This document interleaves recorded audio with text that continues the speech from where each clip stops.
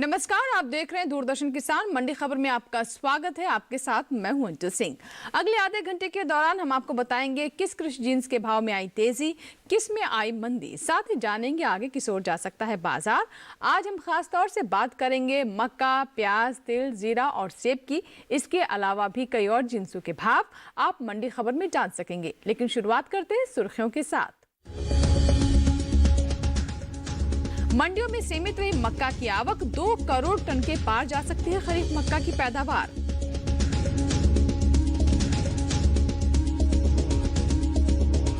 तिलहनी फसलों की उपज 2 करोड़ 57 लाख टन के पार, 2000 हेक्टेयर में हो चुकी है तिल की बुआई।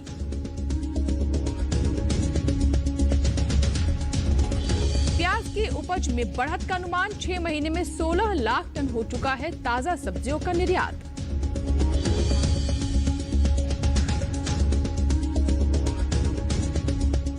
बुलेटिन के पहले हिस्से में हम जानेंगे तिल का हाल, लेकिन शुरुआत करते हैं मक्का के साथ।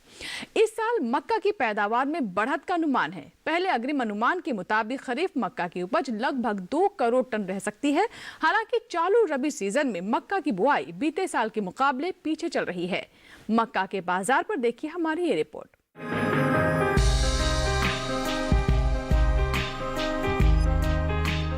अधिकतर कृषि उपज मंडियों में मक्का के सौदे उठापटक के साथ हुए। हालांकि कुछ मंडियों में मक्का के भाव में कोई बदलाव नहीं हुआ। वहीं मंडियों में इन दिनों मक्का की आवक सीमित है। मक्का की उपज की बात की जाए तो कृषि मंत्रालय के साल 2020-21 के 22 सितंबर तक के लिए जारी पहले अग्रिम अनुमान के अनुसार देश में खरीफ मक्का की पैदावार 1 करोड़ 98 लाख 80 हजार टन रहने का अनुमान है, जबकि बीते साल मक्का की पैदावार का आंकड़ा 1 करोड़ 96 लाख 30 हजार टन का रहा था। वहीं मक्का के हाजिर भाव पर नजर डालें तो एकमार्क नेट के अनुसार ओडिशा की नवरंगपुर मंडी में 13 नवंबर को हाइब्रिड मक्का का भाव रहा 1350 रुपए। 16 नवंबर को इसके भाव में 150 रुपए की तेजी रही और भाव हो गया 1500 रुपए। तमिलनाडु की चित्रसेलम मंडी में इस दौरान मक्का के सौदों में 250 रुपए की गिरावट के साथ कारोबार हुआ। यहाँ 16 नवंबर को मक्का का भाव रहा 880 रुपए, जो 13 नवंबर को 1130 रुपए पर था। वहीं तमिलनाडु की ही गोपालपट्टी मंडी में सोमवार को मक्का 1600 रुपए पर बिकी। मक्का की बुआई का रकबा बीते साल के मुकाबले घटा है। कृषि मंत्रालय के साल 2020-21 के लिए जारी आंकड़ों के अनुसार 6 नवंबर तक रबी मक्का 1,48,000 हेक्टेयर में बोई जा चुकी है, जबकि बीते साल की समान अवधि में बुआई का आंकड़ा 1,62,000 हेक्टेयर रहा था। और मक्का के बाजार पर अधिक जानकारी के लिए रुख करते हैं बाजार के जानकार निर्मल तिवारी की ओर। आइए बात करते हैं जो कि हमारे साथ फोन लाइन पर मौजूद हैं। निर्मल जी, मौजूदा स्थिति को देखते हुए आगे किस ओर जा सकता है मक्का का भाव, क्या अनुमान लगाया जा सकता है अभी? देखिए, इस वक्त मौजूदा समय के हिसाब से अगर देखें तो मक्के के भाव इस साल काफी गिरे हुए हैं, निचले स्तर पर व्यापार कर रहे हैं। हालांकि पिछले एक हफ्ते का व्यापार अगर उठा के देखते हैं तो निचले स्तर से थोड़ा बहुत खरीदारी लौटती हुई नजर आई है। खासतौर से मुर्गी पालन उद्योग के नजरिए से अगर देखें तो वहां से मांग निकल के आई है। उसके चलते मैं समझता हूँ निचले स्तर पे बाजार भाव पे थोड़ा सा सहारा मिल सकता है।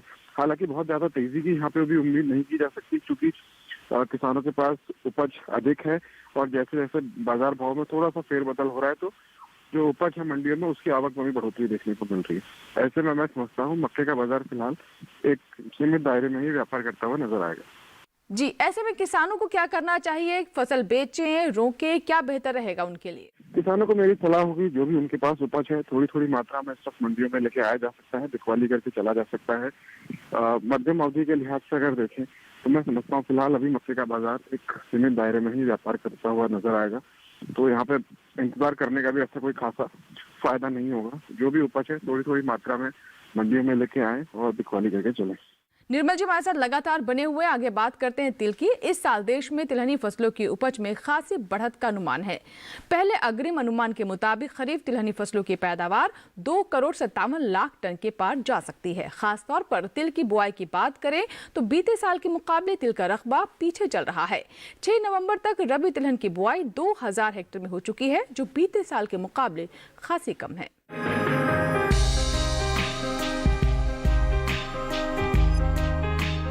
इस साल तिलहनी फसलों की पैदावार में बढ़त का अनुमान है। देश में खरीफ तिलहन की उपज में 34,13,000 टन तक की बढ़ोतरी हो सकती है।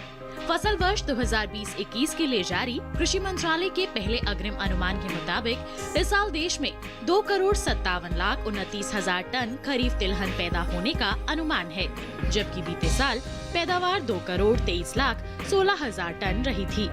इस साल तिलहनी फसलों की अनुमानित उपज में सबसे अधिक पैदावार सोयाबीन की रह सकती है। कृषि मंत्रालय के मुताबिक कुल तिलहनी फसलों में सोयाबीन की उपज 1,35,83,000 टन होने का अनुमान है। वहीं मूंगफली की पैदावार 95,35,000 टन रह सकती है, जबकि इस साल अरंडी की पैदावार 17 लाख टन के पार जा सकती है। वहीं इसके अलावा 7,49,000 टन तिल और 75,000 टन सूरजमुखी की उपज का अनुमान जताया गया है। तिल की बुआई पर नजर डालें तो कृषि मंत्रालय की ओर से साल 2020-21 के 6 नवंबर तक के लिए जारी ताज़ा आंकड़ों के अनुसार देश में रबी तिल की बुआई 2,000 हेक्टेयर में हो चुकी है, जबकि बीते साल की समान अवधि के दौरान बुआई का आंकड़ा 17,000 हेक्टेयर रहा था। निर्मल जी का रुख करते तिल पर बात करते हैं। निर्मल जी, तिल के भाव आगे क्या रुख दिखा सकते हैं, क्या स्थिति रह सकती है बाजार की? जिस प्रकार से सभी तिलहनी फसलों के बाजार भाव में तेजी देखने को मिली है और खाद्य तेलों के भाव में तेजी देखने को मिली है, उसका सीधा सीधा असर जो है वो तिल के बाजार भाव में भी देखने को मिल रहा है। और आगे आने वाले समय के लिहाज से अगर देखें तो मैं समझता हूँ अभी जो इस वक्त जो परिप्रेक्ष्य बना हुआ है वो तिल के बाजार के लिए सकारात्मक है। अगर भाव के लिहाज से अगर देखें तो मैं समझता हूँ बाजार भाव में थोड़ा तेजी का रुख देखने को मिलेगा।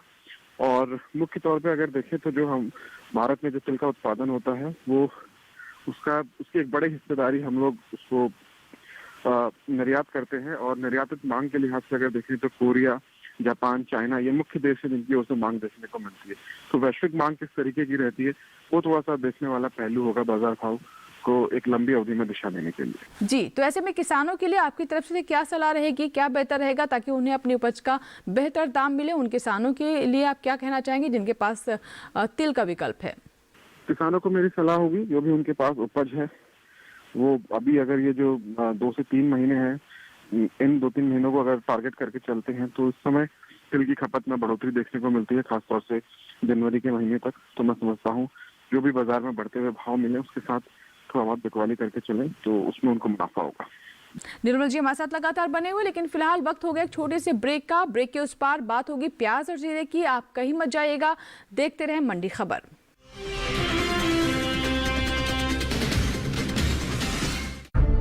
विपदा कोई भी हो,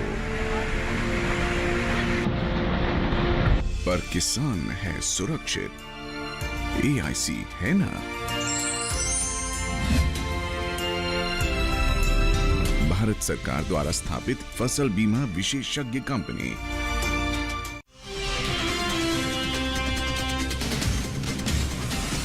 ब्रेक के बाद एक बार फिर आपका स्वागत है। आप देख रहे हैं दूरदर्शन किसान।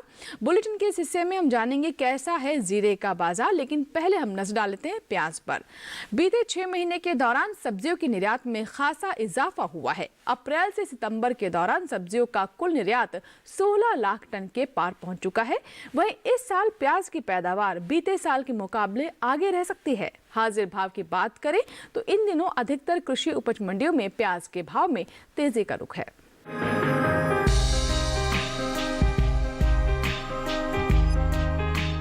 कृषि उपज मंडियों में इन दिनों प्याज के भाव में तेजी बनी हुई है।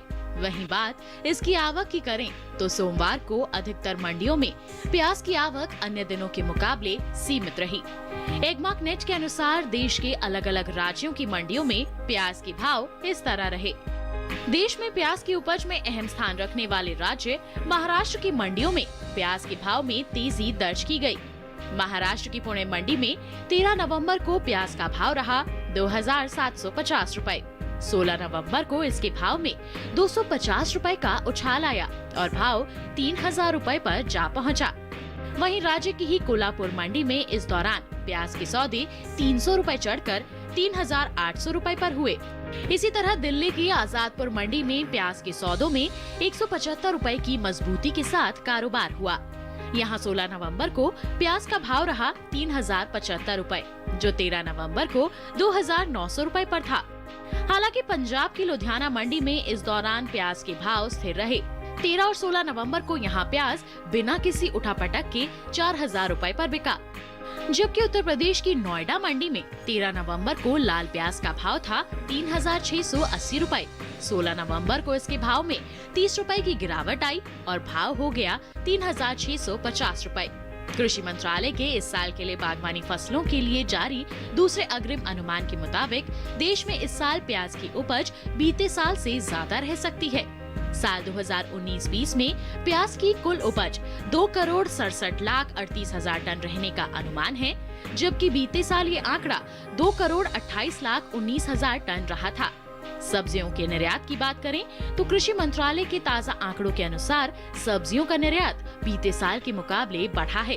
साल 2020-21 में अप्रैल से सितंबर महीने के दौरान देश से कुल ताज़ा सब्जियों का निर्यात 16,07,334 टन का हो चुका है, जबकि बीते साल की समान अवधि में ये आंकड़ा 13,51,229 टन का रहा था। प्याज पर बात करने के लिए रुख करते हैं निर्मल जी का, जो कि हमारे साथ लगातार फोन लाइन पर बने हुए हैं। निर्मल जी, आने वाले समय में प्याज के भाव किस करवट बैठ सकते हैं, क्या अनुमान लग रहा है? प्याज के भाव में अभी थोड़ा सा यहाँ पे गिरावट देखने को मिली है। उसके पीछे अगर मुख्य वजह देखी तो नई फसल की आवक और उसके साथ साथ सरकार द्वारा जो कुछ आयात किया गया है प्याज का ईरान और तुर्की से, तो उसके चलते मैं समझता हूँ बाजार भाव पे थोड़ा सा गिरावट देखने को मिली है और शायद आगे भी और देखने को मिल सकती है। पहले के मुकाबले अगर आप देखें तो पहले बाजार भाव 80 से 100 रुपए प्रति किलो था ये आपका रिटेल बाजार में, तो वो इस वक्त लगभग 50-55 रुपए प्रति किलो के आसपास देखने को मिल रहा है। आगे आने वाले समय के लिहाज से अगर देखें तो मैं समझता हूँ बहुत ज्यादा गिरावट तो यहाँ पे देखने को नहीं मिलेगी, लेकिन रिटेल भाव के लिहाज से अगर देखें तो लगभग 40 रुपए प्रति किलो के आसपास के बाजार भाव देखने को मिल सकते हैं। जी, तो ऐसे में किसानों के लिए बेहतर क्या रहेगा? किसानों को मेरी सलाह रहेगी थोड़ी थोड़ी मात्रा में जो भी उनके पास उपज है उसको मंडियों में लेके आए, बिकवाली करके चलें।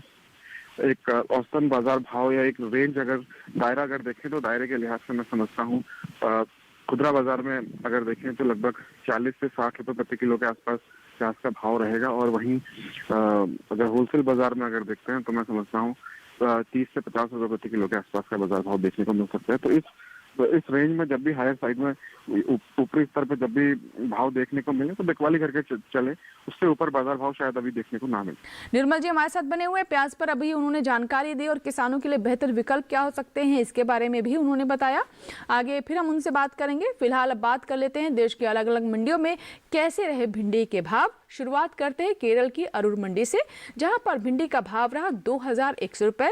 महाराष्ट्र की पुणे मंडी में भाव रहा 2,000 रुपए।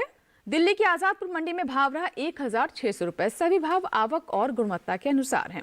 और अब बात कर लेते हैं शिमला मिर्च की। शुरुआत करते हैं कर्नाटक की मंडी से। आइए जानते हैं कर्नाटक की कोलार मंडी में कैसे रहे भाव। यहाँ पर शिमला मिर्च का भाव रहा 3,000 रुपए। दिल्ली की आजादपुर मंडी में भाव रहा 2,200 रुपए और पंजाब की जालंधर सिटी मंडी में शिमला मिर्च का भाव रहा 2,200 रुपए। सही भाव आवक और गुणवत्ता के अनुसार हैं। और अब बात कर लेते हैं जीरा की। भारतीय मसालों के निर्यात में हर साल बढ़ोतरी हो रही है। साल 2020 में अप्रैल से अगस्त के दौरान देश से मसालों के निर्यात में 15% का जोरदार इजाफा हुआ है। भारतीय मसाला बोर्ड के मुताबिक साल 2020 के अप्रैल से अगस्त महीने के दौरान देश से करीब 5,70,000 टन से ज्यादा मसालों का निर्यात हुआ है, जबकि बीते साल की समान अवधि के दौरान निर्यात का आंकड़ा 4,94,120 टन का ही रहा था। वहीं खासतौर पर जीरे की बात करें तो इसके निर्यात पर नजर डालें तो इस साल जीरे का निर्यात बीते साल के मुकाबले बढ़ा है। भारतीय मसाला बोर्ड के मुताबिक साल 2020 के अप्रैल से अगस्त महीने के दौरान देश से कुल 1,33,000 टन जीरे का निर्यात हुआ है, जबकि बीते साल की समान अवधि के दौरान निर्यात का आंकड़ा 1,02,000 टन का रहा था। बता दें कि इस साल जीरे की पैदावार में कमी आ सकती है। और आइए रुक करते हैं निर्मल तिवारी जी का। जीरे पर बात करते हैं। निर्मल जी, जीरे की अगर हम स्थिति को समझे तो आगे क्या भाव हो सकते हैं? क्या भाव घटेंगे, बढ़ेंगे? किस तरह का हम बाजार में इसका रुख देख सकते हैं? पिछले महीने जीरे का कारोबार काफी सुस्त था और इस महीने अगर देखें तो निचले स्तर से थोड़ी खरीदारी लौटती हुई नजर आई है। उसके पीछे अगर आप आंकड़ों पर अगर नजर डालें तो उसका सीधा सीधा जो घरेलू मांग है, त्योहारी मांग और उसके साथ साथ एक्सपोर्ट मांग में बढ़ोतरी होने के कारण जीरे के भाव में निचले स्तर से थोड़ी बहुत खरीदारी लौटती हुई नजर आई है। मैं समझता हूँ यहाँ से आगे आने वाले समय के लिहाज से अगर देखें तो चूंकि नई फसल की अभी बुआई का समय और फिर नई फसल आते आते भी समय काफी रहेगा। ऐसे में मैं समझता हूँ इधर से अब थोड़ी बहुत खरीदारी लौटती हुई जीरे के भाव में देखने को मिल सकती है। जी, तो ऐसे में किसानों के बारे में आप क्या कहना चाहेंगे? किसानों को फसल बेचना चाहिए, रोकना चाहिए, किस तरीके से अपनी फसल को बाजार में लेकर जाएं? किसानों को मेरी सलाह रहेगी जो भी उनके पास उपज है, मैं समझता हूँ थोड़ा सा इंतजार करके चले। अगर नकदी की बहुत ज्यादा जरूरत नहीं है, आगे आने वाले 1.5 से 2 महीने का अगर नजरिया लेकर चलेंगे तो मैं समझता हूँ उस समय बाजार भाव में थोड़ा और तेजी देखने को मिल सकती है, तो वहाँ पे बिकवाली करके चलें। और भाव के लिहाज से अगर देखें तो लगभग 17,000 के आसपास के बाजार भाव देखने को मिलते हैं, तो उचित भाव होंगे बिकवाली करके चलेंगे। तो निर्मल जी ने अभी जीरे के बारे में हमें जानकारी दी। फिलहाल वक्त हो गया एक छोटे से ब्रेक का। आगे जानेंगे सेब का हाल। आप कहीं मत जाइएगा, देखते रहें मंडी खबर।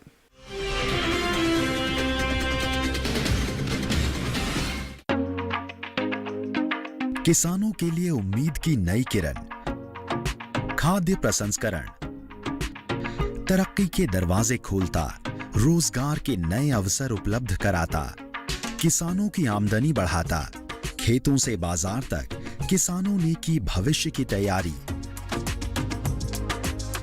दी एग्रो फैक्ट्री हर मंगलवार सुबह 7:30 बजे सिर्फ डीडी किसान पर।